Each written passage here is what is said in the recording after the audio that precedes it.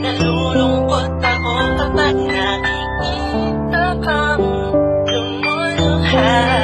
Alam ko naman na mahal mo din ako, ngunit nasasaktan na talaga ako sa mga nangyayari sa atin. Siguro dahil sa aking tingin ko, ako na lang ang siyang lalayo.